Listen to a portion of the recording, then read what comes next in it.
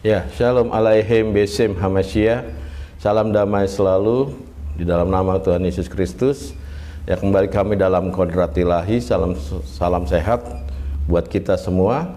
Dan pada saat ini saya ingin bagikan tentang Tritunggal. Ya, banyak kita bicara tentang Tritunggal. Ya, ini banyak sekali pro dan kontra tentang Tritunggal ini. Ya, berbicara tentang iman Kristen berarti kita berbicara tentang Allah Tritunggal. Tapi seharusnya kita harus menyadari bahwa sesungguhnya dari perjanjian lama dan perjanjian baru mengajarkan bahwa Allah itu Esa. Ya. Kita lihat dalam kitab Ulangan pasal 6 ayat 4. Dengarlah hai orang Israel, Tuhan adalah Allah kita, Tuhan adalah Esa. Ya, Tuhan itu adalah Esa. Dan juga di dalam Maliaki pasal 2 ayat 15, bukankah Allah yang Esa yang telah menjadikan mereka satu dalam tubuh dan jiwa yang dikehendaki dari persatuan itu, keturunan ilahi. Sebab itu jagalah dirimu, janganlah berlaku tidak setia terhadap istri masa mudamu. Dan di Markus 12 ayat 29 juga dikatakan, Yesus menjawab, hukum yang paling utama adalah dengarlah hai orang Israel, Tuhan Allah kita adalah satu-satunya dan Tuhan itu Esa. Begitu juga dalam Yohanes pasal 5 ayat 44, bagaimana kamu dapat percaya jika kamu menerima pujian dari seorang akan yang lain dan tidak dapat mencari pujian datang dari Allah yang Esa. Ya, ternyata pengajaran para rasul juga Yohanes juga mengatakan tentang hal itu, tentang keesaan Allah, bahwa Allah itu adalah Esa. Dan begitu juga 1 Korintus pasal 8 ayat yang keempat.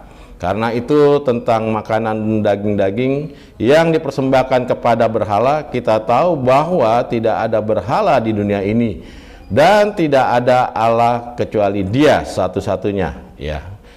Ternyata Paulus juga mengajarkan tentang keesaan Allah. Ya, 1 Timotius pasal 2 ayat 5, sebab hanya ada satu Allah dan satu perantara antara Allah dan manusia, yaitu manusia Kristus, manusia Yesus Kristus. Ya, dan Paulus juga menuliskan dalam jemaat di Timotius tentang keesaan Allah. Dan juga rasul daripada Yohanes juga mengatakan sebab ada 3 yang memberi kesaksian di surga.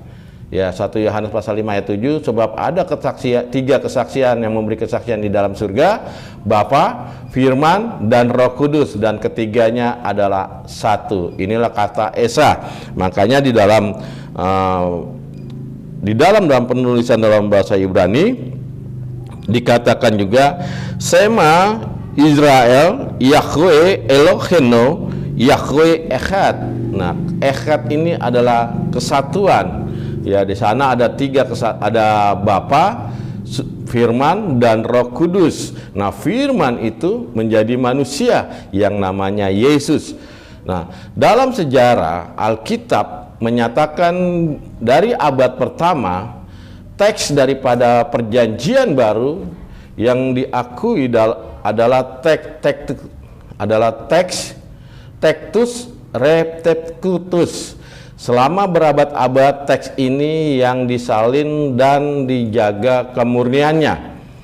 Dan pada tahun 1981 ditemukan juga teks Westcott and Hurt yang ditemukan di tong sampah karena salah satu kopian 2 profesor yang menemukan teks yang salah kopi. Ini yang mengklaim dari Textus Receptus ini adalah salah. Jadi klaiman dari 2 profesor ini menyatakan bahwa teks yang pertama yang memang dijaga keasliannya, keabsahannya, dibilang ini adalah salah karena ditemukan pada tahun 1981. Lalu 2 profesor ini, Westcott dan Hurt, menemukan satu teks di tempat sampah dan mengatakan teks ini yang benar, yang mengejas bahwa ajaran Tritunggal itu salah. Ya, jadi pernyataan ajaran Tritunggal itu salah dari tahun 1881. Ya, tetapi kalau kita lihat dari teks-teks di atas, dari pengajaran kitab Tanakh, pengajaran Yesus sampai para rasul, sampai juga Paulus menyatakan tentang keesaan Allah dan menyatakan tentang Tritunggal di sana. Ya, tidak menyatakan tentang kesalahan tentang ajaran Tritunggal sebelum ada yang namanya Konsili Nikea. Ya. Bagaimana mungkin teks yang sudah ada di abad-abad pertama ini menjadi teks yang salah? Ya, di sejarah hidup dua profesor ini, yang satu adalah penyembah setan dan yang satu penyembah Bunda Maria. Ya, kalau Katolik menghormati Bunda Maria, ya, tujuan mereka hanya satu, untuk melemahkan doktrin Kristen. Ya, ada beberapa penyembahan Maria, yaitu ajaran daripada Marialisme. Ya, Marianisme, sekte Marianisme adalah sekte yang menyembah tentang Bunda Maria. Tetapi kalau kita lihat ajaran dari Ortodok dan Katolik, dia hanya menghormati Bunda Maria. Ya. Apa itu Bapa? Kita lihat di dalam 1 Korintus pasal 8 ayat 6. Namun bagi kita hanya ada satu Allah saja, yaitu Bapa. Hanya ada satu Allah saja, yaitu Bapa.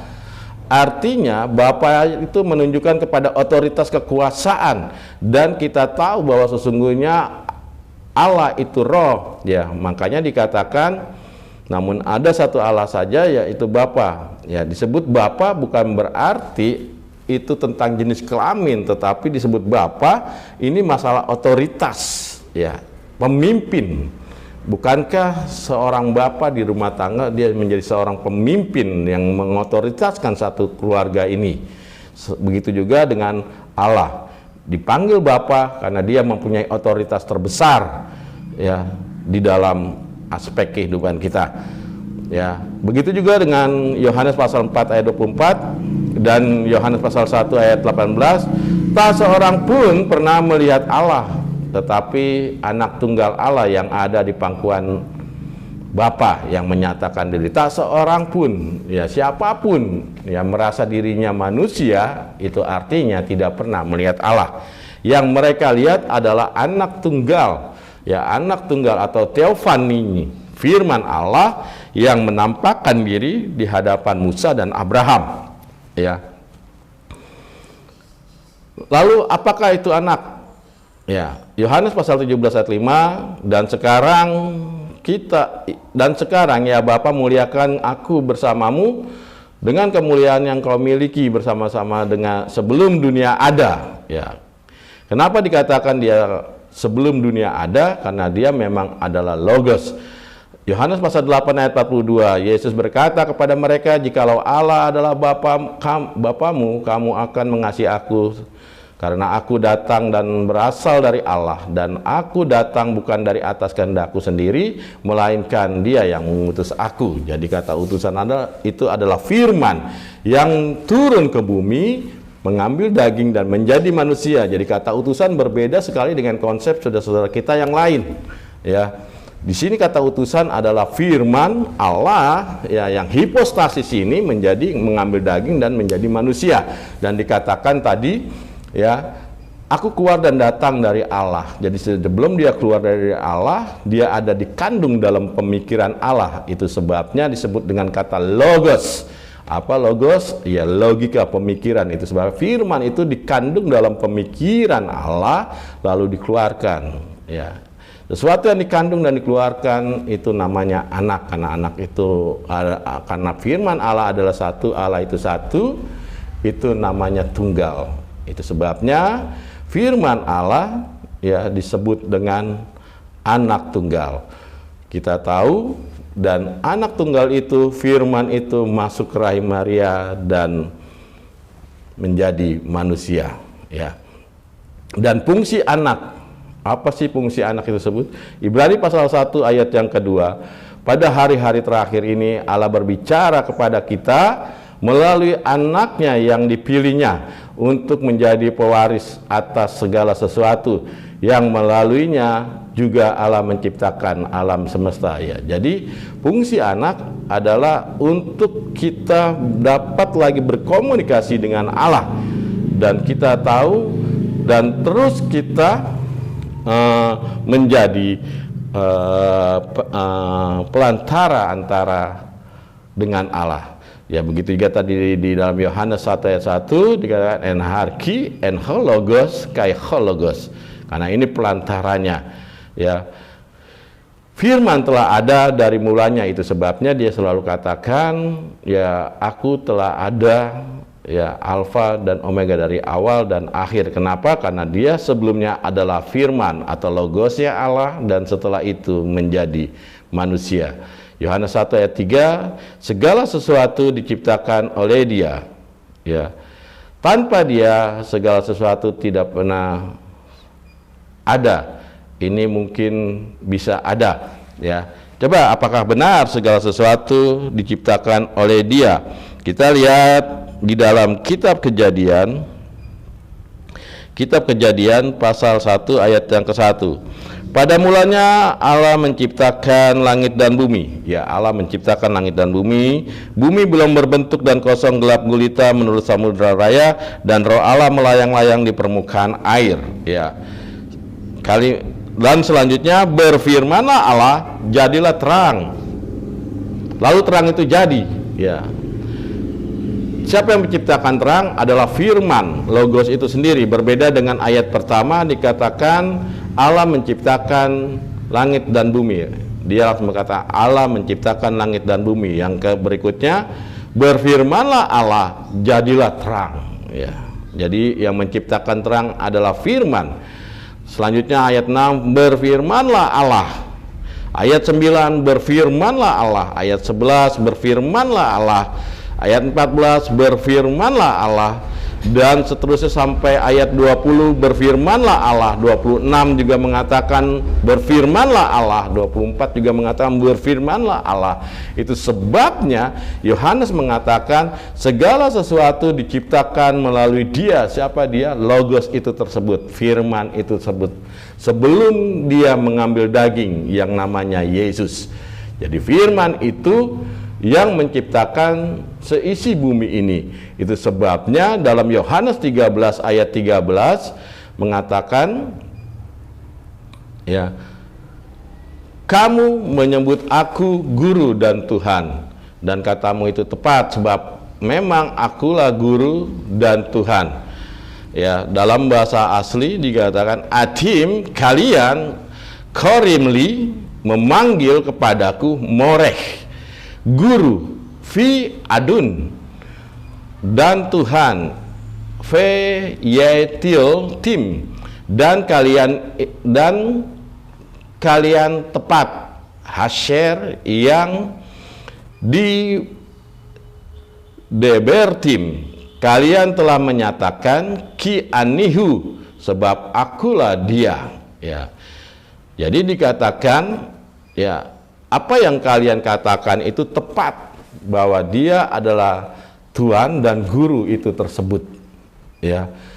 Dan di dalam Matius juga dikatakan 6 hari kemudian Yesus mengajak Petrus, Yakobus serta Yohanes, ya, saudara Yakobus, membawa mereka naik ke gunung tinggi secara tersendiri. Lalu Yesus berubah rupanya depan mereka, wajahnya bersinar seperti matahari dan pakaiannya menjadi seputih cahaya. Artinya tentang kemuliaan yang diberikan oleh Sang Bapa, ya, terjadi kepada Yesus sehingga menjadi tubuh itu bersinar penuh kemuliaan.